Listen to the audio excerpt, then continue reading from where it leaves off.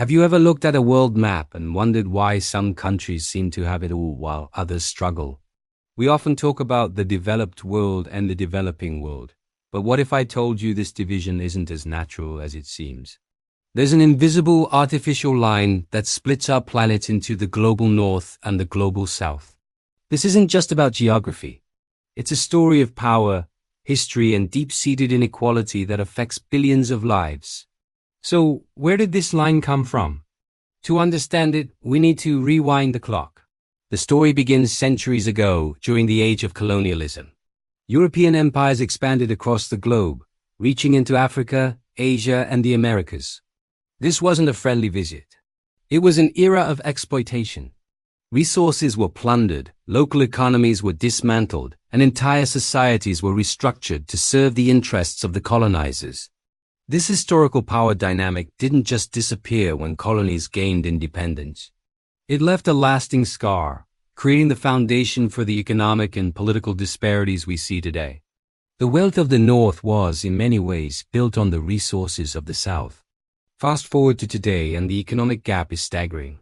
The global North, which includes countries like the United States, Canada, and Western European nations, holds the lion's share of global wealth. They dominate in terms of GDP, industrial output, and technological innovation. Meanwhile, many nations in the global South, especially in regions like sub-Saharan Africa and parts of South Asia, face immense challenges. We're talking about widespread poverty, limited access to basic necessities like clean water and healthcare, and economies that are often dependent on exporting raw materials at prices they don't control. This isn't just a matter of numbers on a spreadsheet. It's the daily reality for a huge portion of the world's population. This economic imbalance naturally spills over into global politics. Who do you think calls the shots in major international organizations? The United Nations, the International Monetary Fund, or IMF, and the World Bank are all institutions designed to maintain global order and promote development. But their leadership and voting power are heavily skewed towards the wealthy nations of the global North.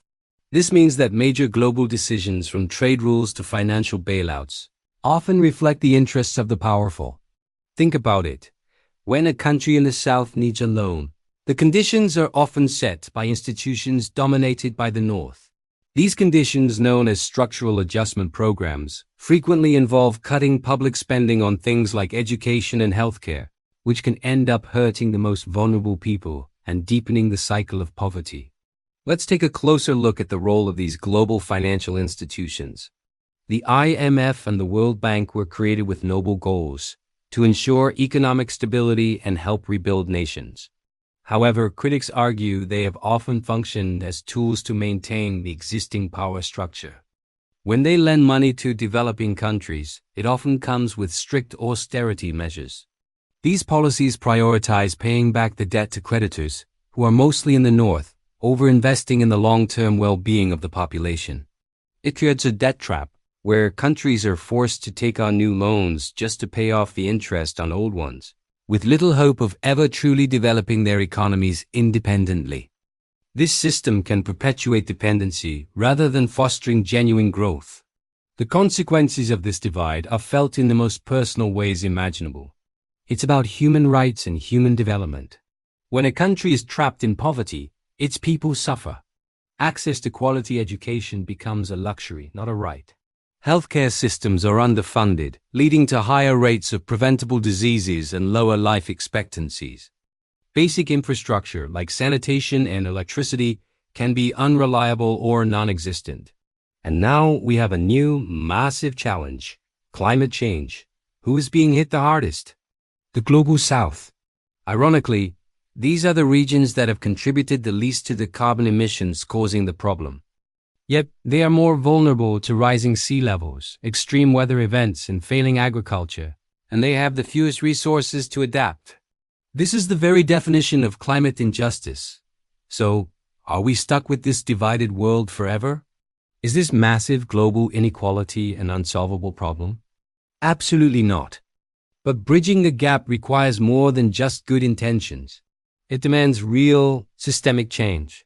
First, we need to reform global institutions.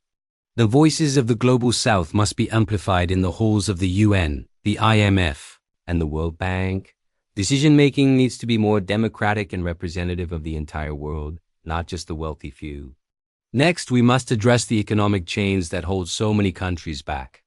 This means serious conversations about debt relief and even debt cancellation for the most heavily indebted nations. It's also about creating fair trade practices. We need to move away from a system where developing countries are forced to sell raw materials for cheap and buy expensive finished products and toward one that allows them to build their own industries and trade on a level playing field. Furthermore, targeted investment is crucial. Pouring resources into education and healthcare in the Global South isn't charity. It's one of the smartest investments we can make in our shared global future. An educated, healthy population is the foundation for a stable and prosperous society. Finally, we need to tackle the climate crisis with a commitment to justice. The wealthy nations that historically caused the most pollution have a moral responsibility to lead the way in cutting emissions and to provide the necessary funding and technology to help developing nations adapt and build a green future. This artificial line between the North and South is a scar left by history, maintained by an unjust global system. But it doesn't have to define our future. By challenging the status quo, demanding fairer systems, and working together, we can begin to erase this line. We can build a world that is more just, more equitable, and more peaceful for every single person on this planet. It's a massive undertaking, but it's a necessary one. Thank you so much for watching and thinking about these big ideas with me. If this topic sparked something in you, please hit that like button and subscribe for more content that dives deep into the issues shaping our world. Let me know your thoughts in the comments below. See you next time.